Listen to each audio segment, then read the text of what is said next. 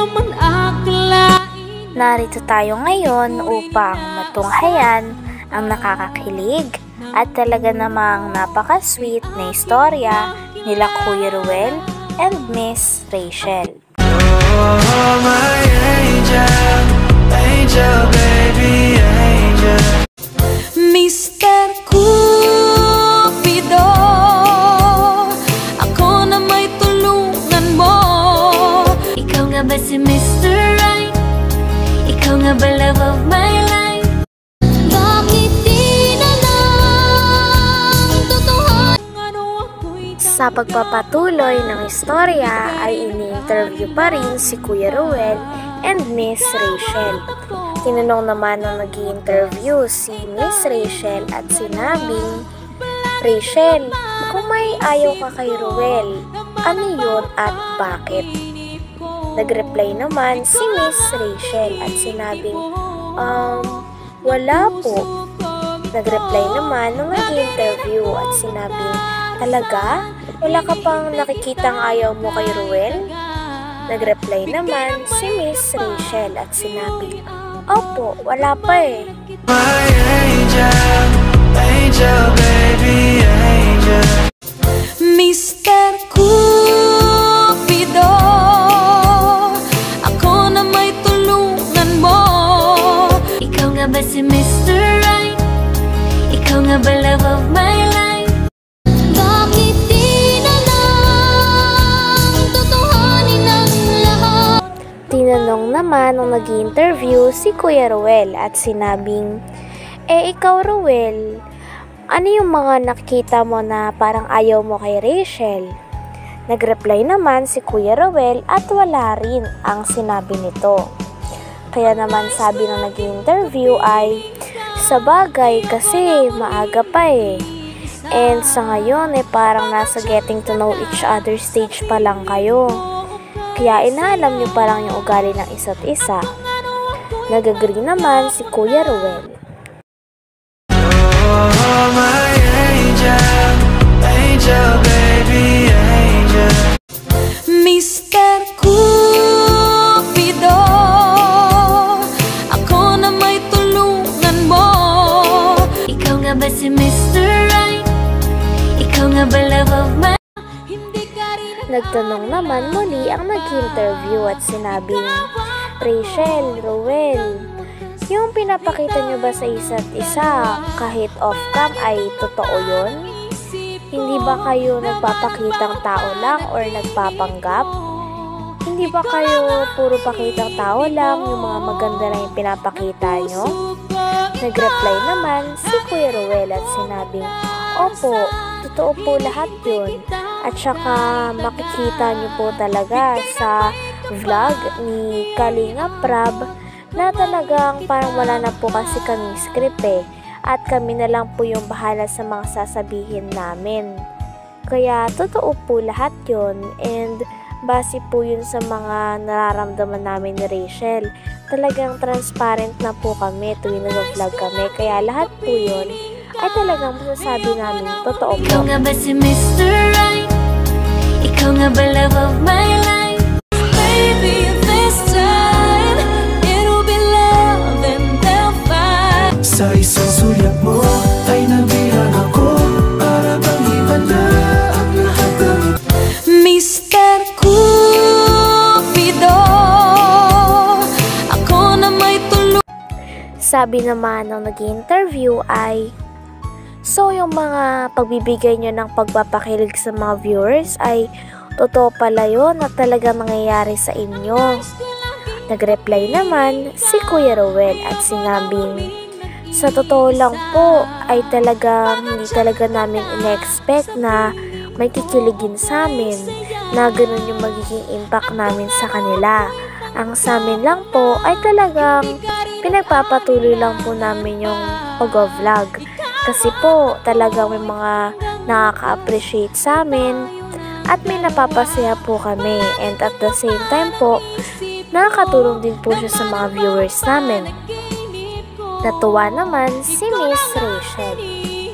Nagtanong naman muli ang nag-interview at sinabing, Rachel, Ruel, sa tingin nyo ba matutupad ang pangarap ng Rochelle Nation at Rochelle Fans Club na balang araw ay magiging kayong dalawa? Nagreply naman si Miss Rachel at sinabing, depende po. Ganon din ang naging sagot ni Kuya Rowel. Kaya naman sabi nung nag-interview ay, pero kung kayo ang magdedesisyon sa hinaharap at paano kung kayo talagang dalawa? Paano kung tadhana na ang kumilos at ang nagbigay sa inyo para sa isa't isa? Masaya ba kayo pag nangyari yon? Nagreply naman si Miss Rachel at sinabing, opo. Oh, my angel, angel, baby, angel. Mr. Cupido, ako na may tulungan mo. Ikaw nga ba si Mr. Right? Ikaw nga ba love of my life? Bakit di na lang totoo? Ang next naman na tinanong sa kanila ay, Rachel, Rowel, ano ba yung focus nyo ngayon? Ikaw, Rachel, ano yung focus mo sa buhay ngayon? Nagreply naman si Miss Rachel at sinabing, ngayon po kasi ay talagang focus ko ang pag-aaral. Focus ko po makapagtapos ng pag-aaral nang sa ganon ay makatulong po ako sa papa ko at mga kapatid ko. Mapagawan ko rin sila ng sarili naming bahay at mabigay ko yung mga pangangailangan nila. Sa ngayon din po ay nag-focus po muna ako sa sarili ko kung paano ko ito mapapaunlad at talagang pinagbubutihan ko po yung pag-aaral ko kasi alam ko na marami pong sumusuporta sa akin at naniniwala. Natuwa naman si Kuya. Oh, my angel, angel, baby, angel. Mr. Cupido, ako na may tulungan mo. Ikaw nga ba si Mr. Right? Ikaw nga ba love of my life? Bakit di na lang tutuhanin ang lahat ng isip ko? Sabi naman ni Kuya Rowel ay, ako naman po, ang pag-focus ko po ngayon na talagang pag-vlog. Pag-vlog po sa iba't ibang lugar kasi alam ko rin po na marami rin pong nakasuporta sa akin at naniniwala. Marami din po akong napapasaya sa pag-vlog ko, kaya naman ipagpapatuloy ko ito. Ngunit kahit ganun po yung focus ko, ay talagang lagi ko naman pong kinakamusta si Rachel. And minsan po ay talagang sinisikap ko pang masundo siya kasi sa pamamagitan po nun ay napapakita ko kay Rachel na talagang mahalaga po siya sa akin. Kinilig naman si Miss Rachel. Oh, my angel, angel, baby, angel. Mr. Cupido, ako na may tulungan mo. Ikaw nga ba si Mr. Right? Ikaw nga ba love of my life? Bakit di na lang naginip ko? Nagtanong naman muli ang nag-interview at sinabing, Rowel, hanggang kailan na bang balak suportahan si Rachel? Nagreply naman si Kuya Rowel at sinabing, actually po, talagang balak ko po siyang suportahan hanggang sa makakaya ko. Hindi lang financially, kundi bilang sa pagiging kuya na rin sa kanya. Talagang hanggat kaya ko ay susuporta ako sa kanya. Di naman ako makakasabi ngayon kung hanggang kailan ko siya masusuportahan kasi hindi natin alam yung panahon eh. Pero kapag may pagkakataon, ay talagang pipiliin ko na palaging tulungan siya. Kasi yun din po yung pangako ko sa kanya eh, na talagang lagi po akong nandyan para sa kanya at para alalayan siya. Kaya naman po hanggang huli at hanggang sa abot ng aking makakaya, ay susuportahan ko po si Rachel.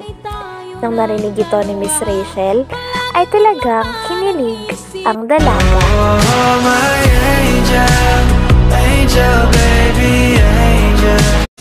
Mr. Cupido, ako na may tulungan mo. nga ba love of my life? Bakit di na lang tutuhanin ang lahat? Hanggang dito na lamang muna ang ating nakakakilig at talaga namang napaka-sweet na istorya nila Kuya Ruel and Miss Rachel. Maraming salamat sa inyong panonood. Bye!